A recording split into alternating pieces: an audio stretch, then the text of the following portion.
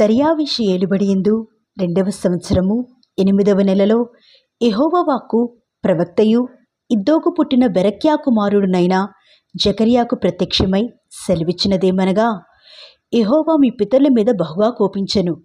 కాబట్టి నీవు వారితో ఇట్లనుము, సైన్యములకు అధిపతియగు యెహోవా సెలవిచ్చినదేమనగా, మీరు నా తట్టు తిరిగినేడలా నేను మీ తట్టు తిరుగుదునని సైన్యములకు అధిపతియగు యెహోవా సెలవిచ్చుచున్నాడు. ఇదే సైన్యములకు అధిపతియగు యెహోవా వాక్కు. మీరు మీ పితరుల వంటి వారై ఉండవద్దు. పూర్వీకులైన ప్రవక్తలు సైన్యములకు అధిపతియగు యెహోవా సెలవిచ్చినదేమనగా, మీ దుర్మార్గతను మీ దుష్కర్యలను మాని తిరుగుడని వారికి ప్రకటించినను వారు వినకపోయిరి, నా మాట ఆలకించకపోయిరి. ఇదే యెహోవా వాక్కు. మీ పితరులేమైరి? ప్రవక్తలు నిత్యము బ్రతుకుదురా? అయినను నా సేవకులైన ప్రవక్తలకు నేను సెలవిచ్చిన మాటలను కట్టడలను మీ పితరుల విషయంలో నెరవేరలేదా? నెరవేరగా వారు తిరిగి మన ప్రవర్తనను బట్టియు క్రియలను బట్టియు యెహోవా మనకు చేయదలిచిన ప్రకారముగా ఆయన అంతయు మనకు చేసియున్నాడని చెప్పుకొనిరి. మరియు దర్యావేషు ఏలుబడియందు 2వ సంవత్సరము సెబాటు అను 11వ నెల 24వ దినమున యెహోవా వాక్కు ప్రవక్తయు ఇద్దోకు పుట్టిన బెరక్యా కుమారుడునైన జకర్యాకు ప్రత్యక్షమై ఇలాగు సెలవిచ్చెను. రాత్రి ఎర్రని గుర్రమునెక్కిన మనిషిడొకడు నాకు కనబడెను.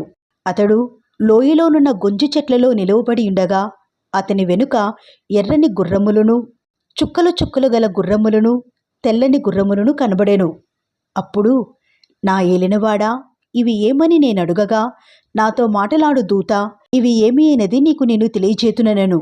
అప్పుడు గొంజి చెట్లలో నిలవబడి ఉన్నవాడు, ఇవి లోకమంతటను తిరుగులాడుటకు యెహోవా పంపించిన గుర్రములని చెప్పెను. అవి గొంజి చెట్ల మధ్యను నిలువబడిన యెహోవా దూతను చూచి, మేము లోకమంతటా తిరుగులాడి వచ్చియున్నాము.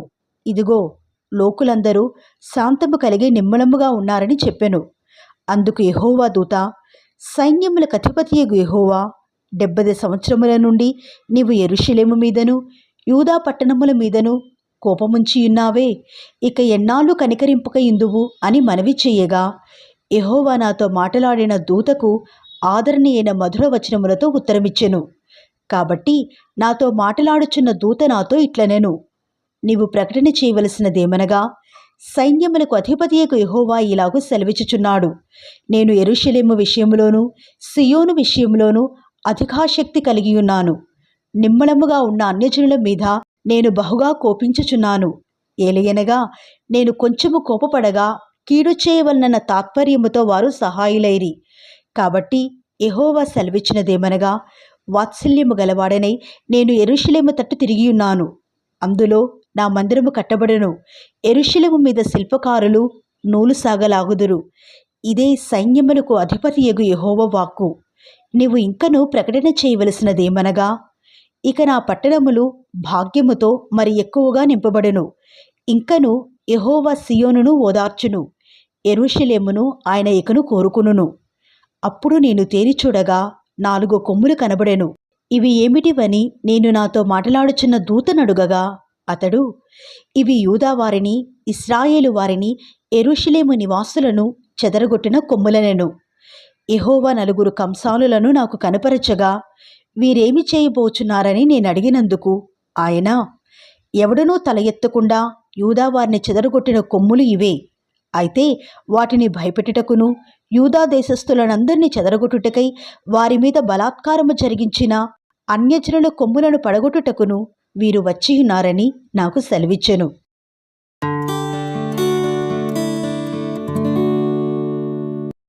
మరియు నేను తేరి చూడగా కొలనూలు చేతపట్టుకునిన యొకడు నాకు కనబడెను.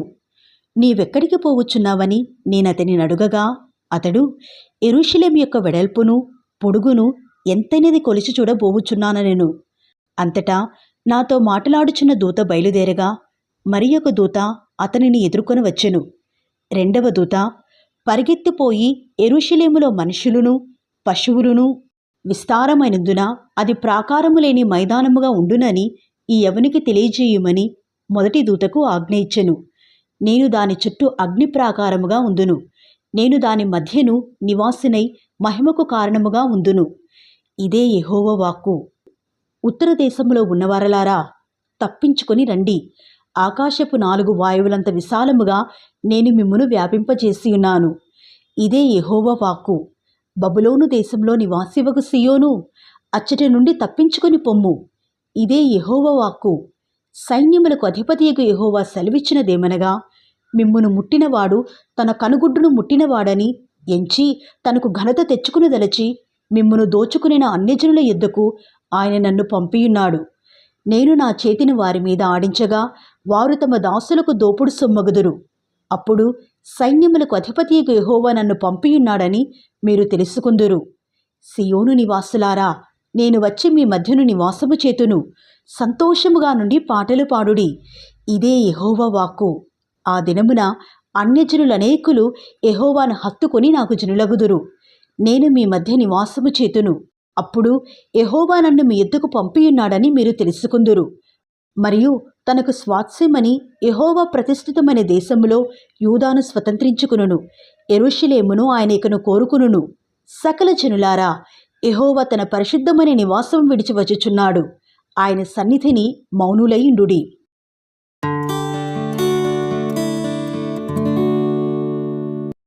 మరియు యెహోవా దూత ఎదుట ప్రధాన యాజకుడైన యెహోషువ నిలువబడుటయు, సాతాను ఫిర్యాది అయి అతని కుడిపార్శ్వమున నిలువబడుటయు అతడు నాకు కనపరచెను.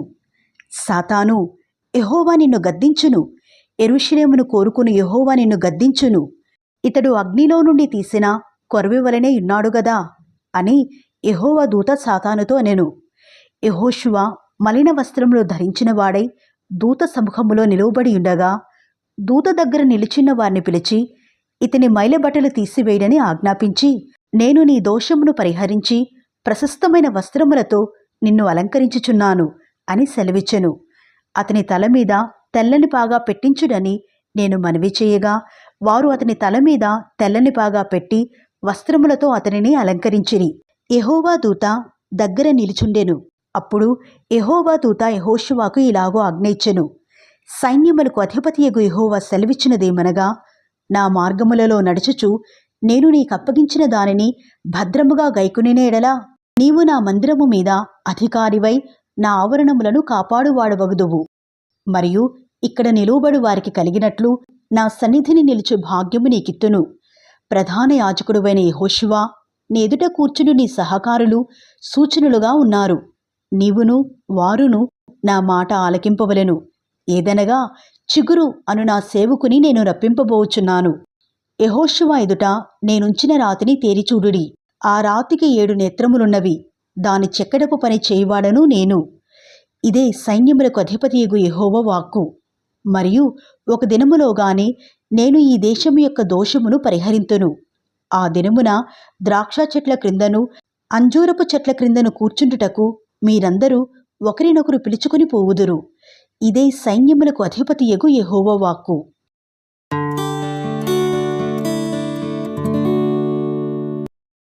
నాతో మాటలాడుచున్న దూత తిరిగి వచ్చి నిద్రపోయిన యొకని లేపినట్లు నన్ను లేపి, నీకు ఏమి కనబడుచున్నదని అడుగగా, నేను సువర్ణమయమైన దీపస్తంభమును, దానిమీద ఒక ప్రమిదెయును, దీపస్తంభమునకు 7 దీపములను, దీపమునకు 7 గొట్టములను కనబడుచున్నవి. మరియు 2 ఒలీవ చెట్లు దీపస్తంభమునకు కుడి ప్రక్క ఒకటియు ఎడమ ప్రక్క ఒకటియు కనబడుచున్నవని చెప్పి, నా ఏలినవాడా, ఇది ఏమిటి అని నాతో మాటలాడుచున్న దూతను అడిగితిని. నాతో మాటలాడుచున్న దూత, ఇదేమిటో నీకు తెలియదా అని నన్నడుగగా, నేను, నా ఏలినవాడా, నాకు తెలియదంటిని. అప్పుడతడు నాతో ఇట్లనెను, జెరుబ్బాబెలునకు ప్రత్యక్షమగు యెహోవా వాక్కు ఇదే. శక్తి చేతనైనను బలము చేతనైనను కాక నా ఆత్మ చేతనే ఇది జరుగునని సైన్యములకు అధిపతియగు యెహోవా సెలవిచ్చెను. గొప్ప పర్వతమా, జెరుబ్బాబెలును అడ్డగించుటకు నీవు ఏమాత్రపు దానవు? నీవు చదును భూమి వగుదువు.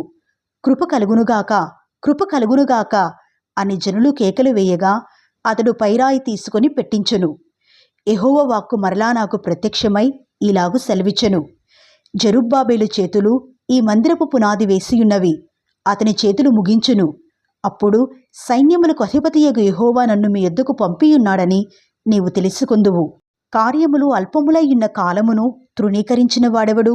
లోకమంతటను సంచారము చేయు యెహోవా యొక్క 7 నేత్రములు జెరుబ్బాబేలు చేతిలో గుండు నూలుండుట చూచి సంతోషించును.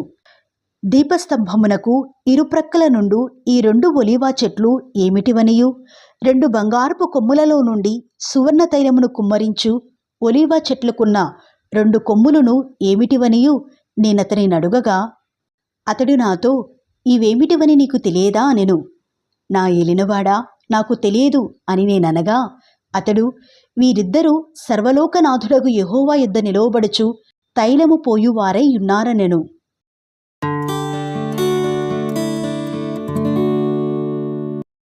నేను మరలా తేరి చూడగా ఎగిరిపోవు పుస్తకం ఒకటి నాకు కనబడెను.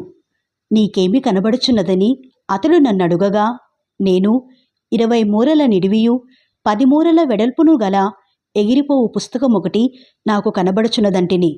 అందుకతడు నాతో ఇట్లనెను, ఇది భూమి ఎంతటి మీదికి బయలువెళ్ళు శాపమే. దానికి ఒక ప్రక్కను వ్రాసియున్న దానిని బట్టి దొంగిలి వారందరూ కొట్టివేయబడుదురు. 2వ ప్రక్కను వ్రాసియున్న దానిని బట్టి అప్రమాణికులందరూ కొట్టివేయబడుదురు. ఇదే సైన్యములకు అధిపతియగు యెహోవా వాక్కు. నేనే దాని బయలుదేరజేయుచున్నాను. అది దొంగల ఇండ్లలోనూ నా నామమును బట్టి అబద్ధ ప్రమాణము చేయు వారి ఇండ్లలోనూ ప్రవేశించి వారి ఇండ్లలో ఉండి వాటిని, వాటి దూలములను, రాళ్లను నాశనము చేయును. అప్పుడు నాతో మాటలాడుచున్న దూత బయలువెళ్ళి, నీవు నిదానించి చూచి యువతలకు వచ్చినదేమిటో కనిపెట్టుమని నాతో చెప్పగా, ఇదేమిటి అని నేనడిగితిని. అందుకతడు, ఇది కొల, ఇది బయలువెళ్ళు తూము అనెను. మరియు లోకమంతటను జనులు ఇలాగున కనబడుదురని చెప్పెను. అప్పుడు సీసపు బిళ్ళను తీయగా కొల తూములో కూర్చున్న ఒక స్త్రీ కనబడెను. అప్పుడతడు, ఇది దోషమూర్తి అని నాతో చెప్పి తూములో దాని పడవేసి సీసపు బిళ్లను తూము మీద నుంచెను. నేను మరలా తేరి చూడగా 2 స్త్రీలు బయలుదేరిరి. సంకుబుడి కొంగ రెక్కల వంటి రెక్కలు వారికుండెను. గాలి వారి రెక్కలను ఆడించుచుండెను. వారు వచ్చి తూమును భూమ్యాకాశముల మధ్యకు ఎత్తి దాని మూసిరి. వీరు ఈ తూముని ఎక్కడికి తీసుకుని పోవుదురని నాతో మాటలాడుచున్న దూతను నేను అడుగగా, షీనారు దేశమందు దానికొక సాలను కట్టుటకు వారు పోవుచున్నారు. అది సిద్ధమైనప్పుడు అక్కడ దానిని పీఠము మీద పెట్టి ఇంచుదురని అతడు నాకు ఉత్తరమిచ్చెను.